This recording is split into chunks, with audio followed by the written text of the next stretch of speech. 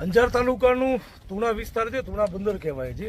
અહીંયા આઝાદી પહેલેથી જ માછીમારો સૂકી માછી જેને કહેવાય એ પચાવી અને પોતાનું ગુજરાન ચલાવે છે. જ્યારે સરકાર દ્વારા આ લોકોના ટોકન રદ કરી દેવામાં આવ્યા છે. લાયસન્સમાં પણ ઘણા બધા ઇસ્યુ થાય છે અને ખાસ કરીને પોલીસ પ્રશાસન જે આ લોકોને દબાવે છે અને વારે ઘડીએ પ્રેશરાઇઝ કરે છે. તો મારી અંજાર તાલુકાના ધારાસભ્ય શ્રી કચ્છ કલેક્ટર અને કચ્છના સાંસદને વિનંતી છે કે આઝાદી પહેલાંથી આ લોકો અહીંયા કને રહે છે, માછીમારીનું કામ કરે છે સૂકી માછીનું, તો આ લોકોને કોઈ પણ રીતે હેરાન કરવામાં આવે નહીં, ન જગ્યા ખાલી કરવામાં આવે.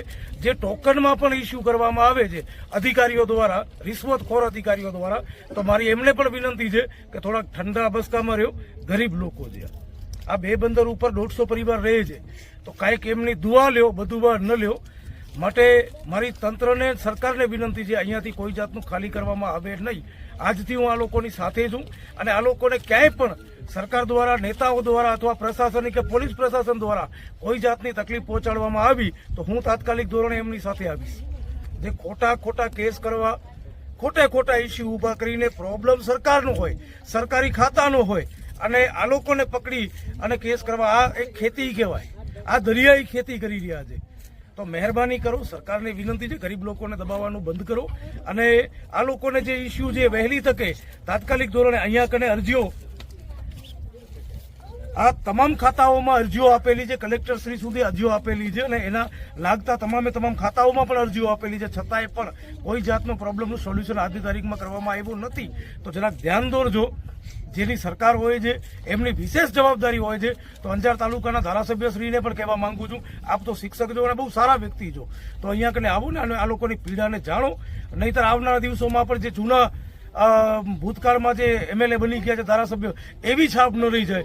એના માટે તાત્કાલિક ધોરણે આ વિસ્તારની મુલાકાત લ્યો અને જે થકી તમારી એક અલગ છાપ ઊભી રહે. આ વસ્તી આખી મુસ્લિમ સમાજની છે, તો એમને સમજી બેઠા છો કે ભાઈ આ પાકિસ્તાનથી આવ્યા છે, આ આઝાદી પહેલાથી અહીંયા જ રહે છે અને જ્યારે બટવારો થયો ત્યારે પાકિસ્તાનમાં નથી ગયા, આ ભારત દેશનો હિસ્સો જ રહ્યા છે. માટે આ દેશના નાગરિક છે. હવે અહીંયાથી તમે કાઢશો અને બીજા બંદરે એમને મોકલશો એટલે તાલુકો બદલી જાય છે. આખો અંજાર તાલુકામાંથી એ મુન્દ્રા તાલુકો થઈ જાય છે. એમના ટોટલી ડોક્યુમેન્ટ ચેન્જ, અહીંયાના ડોક્યુમેન્ટ છે, આધાર કાર્ડ, રાશન કાર્ડ બધા અહીંયાના છે. અંજાર તાલુકાના ડોક્યુમેન્ટ ચેન્જ થઈ જાય છે. એના માટે જે અધિકારીઓ એમને હેરાન પરેશાન કરે છે, તો મહેરબાની કરી અને ટોકન અને લાયસન્સ બાબતે કોઈ હેરાન નહીં કરતા. અને સરકારને અને ખાસ કરીને કંડલા પોર્ટને વિનંતી છે કે આ વિસ્તારમાં જે લોકો રહે છે અહીંયા સ્થાનિક રહેવા દો. ઉદ્યોગ ઘણા બધા થઈ ગયા, હવે ઉદ્યોગ નહીં, ખરેખર જે વિકાસ જોઈએ છીએ તો આ ગરીબ લોકો જે છે એમનું ગુજરાન ચાલશે, એ સુખી હશે તો આ દેશનો વિકાસ થશે. આ દેશભક્ત લોકો છે. તમે ઉદ્યોગ લઈ આવશો અને આ 100 પરિવારને 150 પરિવારને રઝળતા મૂકી દેશો, આ કોઈ દેશભક્તિ નથી. દેશભક્તિ એ કહેવાય કે દેશના નાગરિકોને સારી અને સાચી સગવડ આપીએ. માટે સરકારને, એમએલએ શ્રીને, કચ્છ વહીવટી તંત્રને, કલેક્ટર સાહેબને, ધારાસભ્યશ્રીને અને ખાસ કરીને સાંસદશ્રીને વિનંતી કરું છું કે આપ પણ દિલ્હીમાં ત્યાં કરીને મત્સ્ય ઉદ્યોગના મંત્રીને ખાસ રજૂઆત કરજો કે અહીંયાથી આ લોકોને હટાવવામાં ના આવે.